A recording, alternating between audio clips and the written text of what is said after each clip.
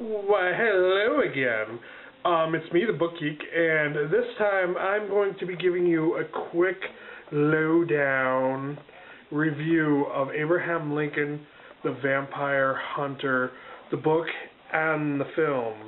So stay tuned. Okay, now I had every intention of completely reading the book before I saw the film, but it just didn't work out that way. I had gotten a Redbox free code, and it was one of the only films available in the Redbox that I actually wanted to see, so I went ahead and rented it, and of course, you know, it's only a one-night rental, so I watched it. And at the point that I had rented the film, I was about halfway through the novel itself. So I pretty much had an idea of the way the story was supposed to go in relation to the film. Now, the film and the book, the film is completely different. I'm just going to say that right off the bat. The film is completely different from the book. Even though the guy who wrote the novel, he wrote the screenplay for the movie, so go figure. I had never read the book prior to this that this guy had written, The Pride and Prejudice and Zombies.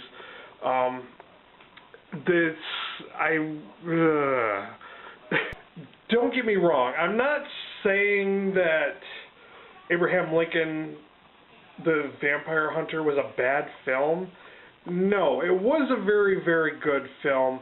If you're one for action, adventure, and, you know, I can't really say that it was horror because the vampires, it was more like Matrix-style fighting than anything than gore, even though it was rated R.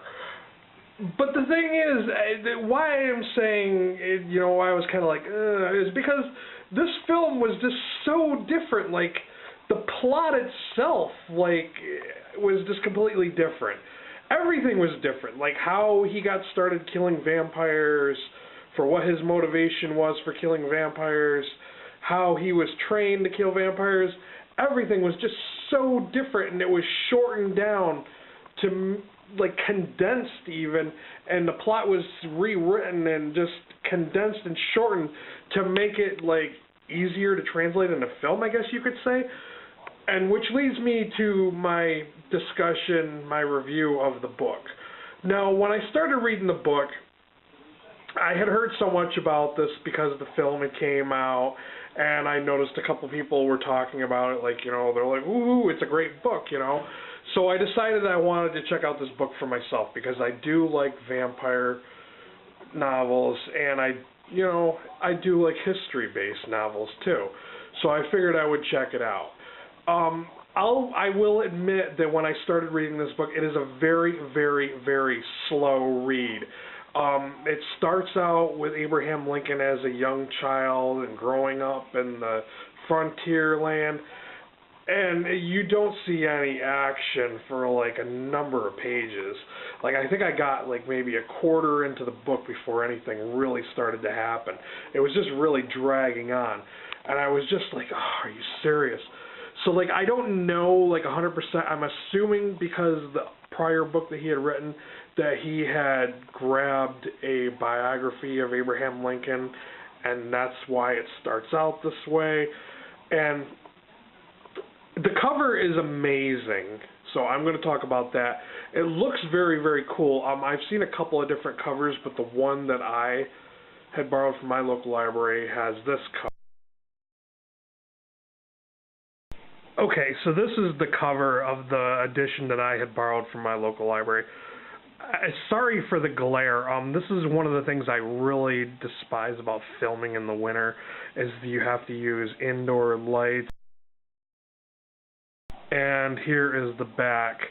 As you can see, it's like, you know, you're looking at behind him to see that he has the axe hidden behind him with a vampire. I'm guessing that it was, you know, he took a biography and that's, you know, it was just written this way because it's kind of broken down into diary-like segments that are supposed to be in his words and whatnot.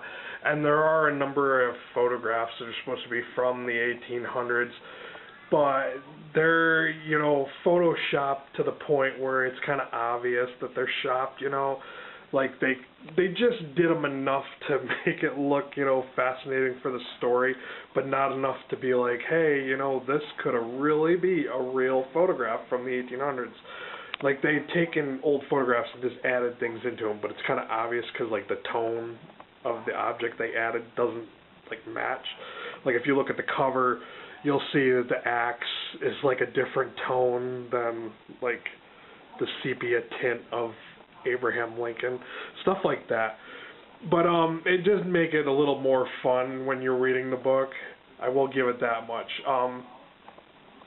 So that's one of the pluses, I guess you could say. It does start to pick up in pace when you get to like the middle of the book, where his mentor, I don't want to reveal his name because I don't want to reveal too much of the story. I don't want to spoil it if you haven't read it. His mentor starts giving him assignments and killing other vampires, and he starts to meet other people to help him do this. And this all occurs before the Civil War, and the secret to why these vampires are here in America and what their plans are for the future and everything. Really, once you get that more into the climax, the center of the story, it really starts to get interesting. Okay, besides all the other stuff I had mentioned, like another cool thing I really liked about this book, it takes a new take on vampires in America, and not over the top like sparkles in the sun kind of stuff, but these vampires, like after so many like 100 years, they can go out in the sun, but they're still a little sensitive, like they have to wear sunglasses, and you know, they have to be partly cloudy days, etc., etc. So I thought that was kind of cool. It made me think about a graphic novel that Stephen King had worked on with Vertigo being DC Comics, and called American Vampire. So if you like vampire stories, check out those. They're awesome. The artwork in them is amazing. But this novel had made me think of that in relation, you know, that the vampires in America were different than the ones from Europe. So I thought that was a cool touch. And like I said, if you are into that kind of thing and want to read some other cool vampire stories, check out American Vampire. It's a different couple of people have combined efforts in writing it. Stephen King created this one character, and he doesn't write in all the volumes of it, but he did in one. I would say it's only 3 out of 5 stars. It's okay. If it didn't have the Matrix style fighting and, you know, a few like significant things from Lincoln's lifetime, then I would say it's not worth watching. But it's okay. It's not a great film. Surely there are better vampire films, and I can't wait to see the new Lincoln film that Spielberg's coming out with. And also, I'm going to say, even though I have not completely finished reading the novel, I am very, very close to finishing the novel. I'm going to say, I'm going to rate the book the same, 3 out of 5 stars. It's okay. After having read this, you know, this work by Seth Grahame-Smith, is it going to make me want to go out and read Pride and Prejudice and Zombies? No. By all means, after reading this, I don't want to bother. I really don't want to waste my time, because I'm afraid it's just going to be like one of those things. It's just trying to, you know, grab the coattails of zombie mania, and it's probably not all that great. It's probably just Pride and Prejudice with a few like little things thrown into it, which is the impression I got when reading this book, that the guy took minimal effort to like make it a vampire story. I have read so many better vampire stories, so if you're just a casual vampire novel reader, then go for it. By all means, check it out. It's not a book that I would say is going to end up being a classic. It's not anything that I would say, oh, you've got to read this before you die. No, sorry. I'll be flat out honest with you. It is interesting, though, if you are into historical fiction. It is interesting in that sense. That's probably one main reasons why I'm still reading on and continuing on with it. But that's the down low.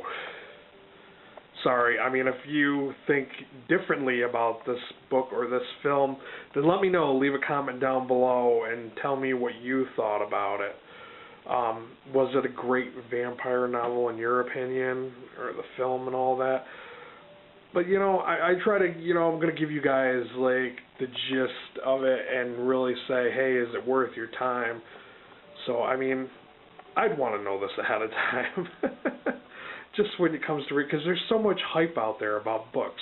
Like you always hear people say, this book is great and so is this book.